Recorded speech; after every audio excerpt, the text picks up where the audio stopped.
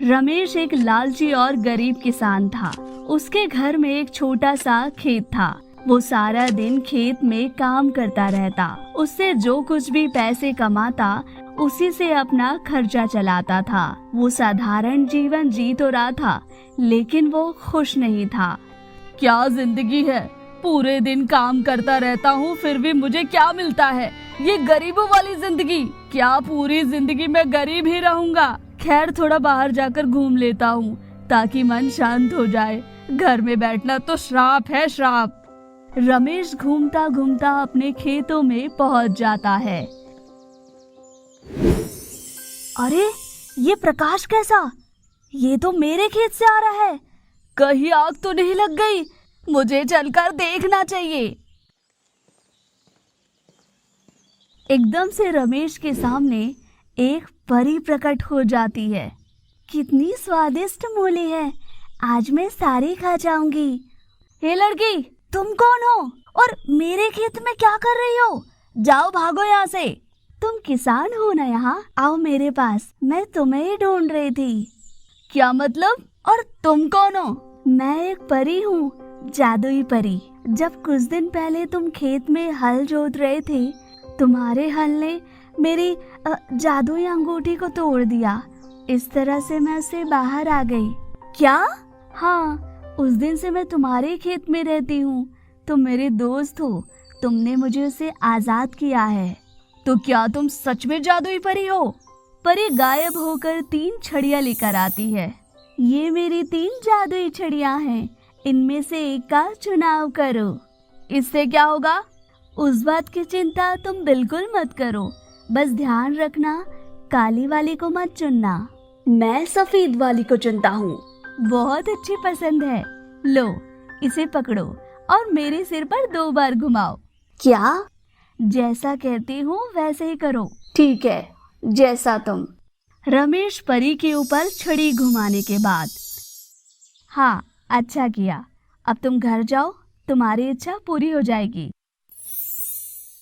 ये सब सुनकर रमेश अपने घर चला जाता है। अगली सुबह जब रमेश की आँख खुली, अरे, ये संदूक यहाँ कहाँ से आ गई? इसे यहाँ कौन छोड़ गया? मैं खुद देखता हूँ। जरा देखो तो क्या है इसमें। इतना सारा सोना, ये जरूर उस परी ने किया है। मेरी इच्छा पूरी हो गई। और इस तरह परी का जादू काम कर गया। रमेश अब एक अमीर आदमी बन चुका था। लेकिन जैसे जैसे दिन बीतते गए, रमेश को एक सवाल बहुत परेशान करने लगा। परी ने मेरी इच्छा पूरी कर दी, लेकिन क्या होता अगर वो दूसरी वाली छड़ी का इस्तेमाल कर पाता? शायद मुझे वो इससे थोड़ा ज्यादा दे पाती। मुझे दूसरी वाली छड़ी ही चुननी चाहिए थी। ये सोना तो एक ना एक दिन खत्म हो जाना है। मुझे आज रात खेत में जाकर परी को दोबारा ढूंढना चाहिए। रमेश रात में दोबारा अपने खेतों में जाता है परी को ढूंढने के लिए। वो रही परी। बहन परी, तुमने मेरी पहली इच्छा बड़ी आसानी से पूरी कर दी। रमेश मेरे दोस्त, मुझे पता था तुम जरूर आओगे। क्या तुम्हें पता था? हाँ, पता था। बोलो, तुम्हें क्या चाहिए? बहन परी, तुमने मेरी पहली इच्छा बड़ी आसानी से पूरी कर दी। मैंने तुम्हें सबसे कीमती चीज, तुम्हारी आजादी दिलाई थी। उसके बदले में तो कुछ बड़ा मिलना चाहिए। मिलेगा, बताओ तुम्हें क्या चाहिए? मुझे दोबारा छड़ी चुनने का मौका दो। ठीक है, लेकिन ध्यान रखना, काली वाली मत चुनना। मैं इस लाल छड़ी को चुनता हूँ। बहुत बढ़िया पसंद है। अब तुम जानते हो तुम्हें क्या करना है। अब तुम घर जाओ मेरे दोस्त, तुम्हारी इच्छा सुबह पूरी हो जाएगी। वैसा ही हुआ। अगली सुबह जब रमेश की आँख खुली, ये तो सच हो गया। वाह वाह, हीरे! ये तो पिछली बार से भी बढ़िया है। मैं गांव का सबसे अमीर आदमी बन चुका हूँ, या फिर पूरे देश का। और वाकई में रमेश सबसे बड़ा आदमी बन चुका था। उसका घर बड़ा बन चुका था।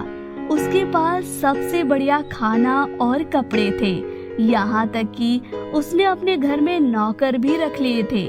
काफी दिनों तक रमेश मजे की जिंदगी जीता रहा। ऐसा कुछ भी नहीं था जो रमेश नहीं खरीद सकता था, लेकिन एक और सवाल इसके दिमाग को परेशान करने लगा। मेरे पास सब कुछ है, लेकिन तीसरी छड़ी का क्या? वो परी मुझे तीसरी छड़ी क्यों नहीं लेने देती?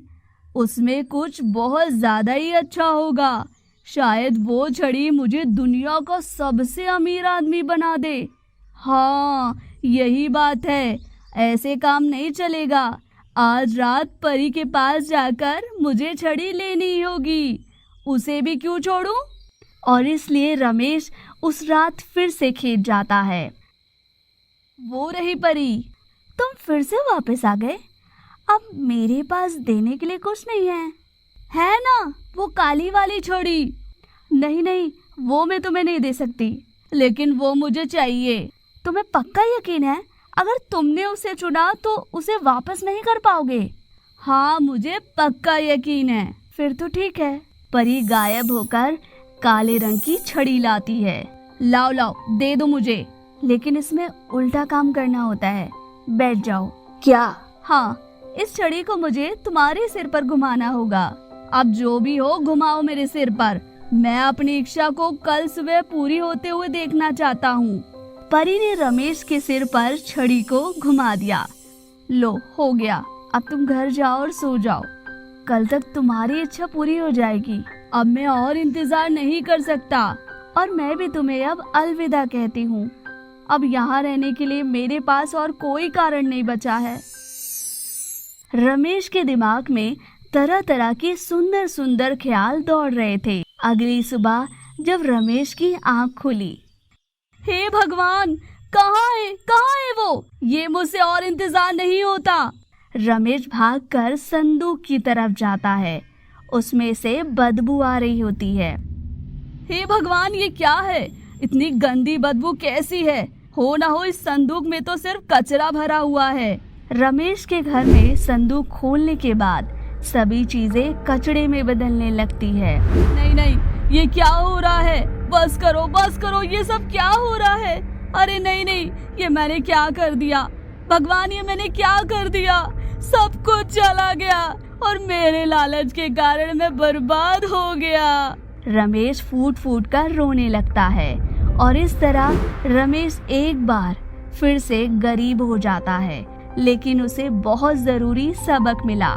लालच बुरी बला है।